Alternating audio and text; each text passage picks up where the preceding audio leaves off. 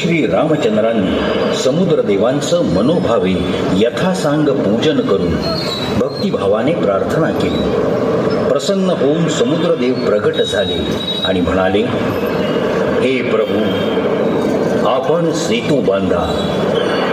प्रत्येक शिळेवर आपलं नाव असायला हवं, तरच त्या शिळा पाण्यावर तरंगतील. या कामी फक्त वानरसेनाच नव्हे तर सर्व जीव आपल्याला सहकार्य करतील.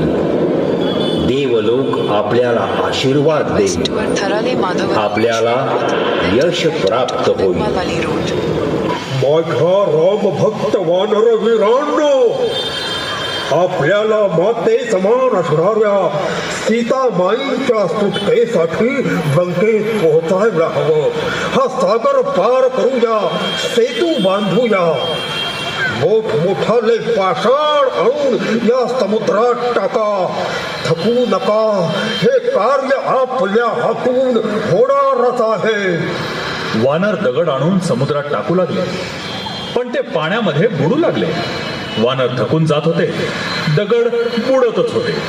हनुमानानं ते पाहिलं आणि आदेश दिला, माझ्या वानर मित्रांनो, प्रत्येक पाषाणावर श्रीरामांचं नाम लिहूया, म्हणजे दगड बुडणार नाही. प्रभू रामचंद्र आपले बुडणारे पाषाण तारतील. जय श्रीराम. आणि दगडांवर श्रीरामांचं नाव लिहित वानर दगड पाण्यात टाकू लागला. लक्ष्मण म्हणाला, दादा, तुझं नाव टाकून दगड पाण्यात टाकले तर ते तरंगतील.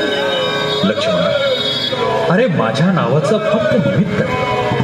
भक्तीचा महिमा आणि श्रद्धेचं अढळत्व अतिशय मोठं. श्रद्धेनं काम करणारे वानर पहा, ते पहा दगड तरंगू लागले.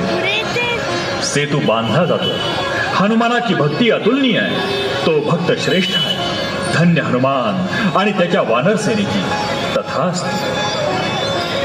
श्रीरामांचं नाव लिहून समुद्रात टाकलेला पाषाण तरंगत राहिला आणि रावणाचा वध करण्यासाठी लंकेचा मार्ग दाखवणारा हनुमानाचा सेतू हा म्हणता बांधला गेला.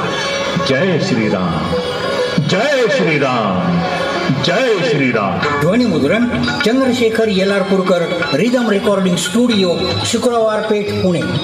मंडळाचे अध्यक्ष सुधीर लोधा, संस्थापक अध्यक्ष ललित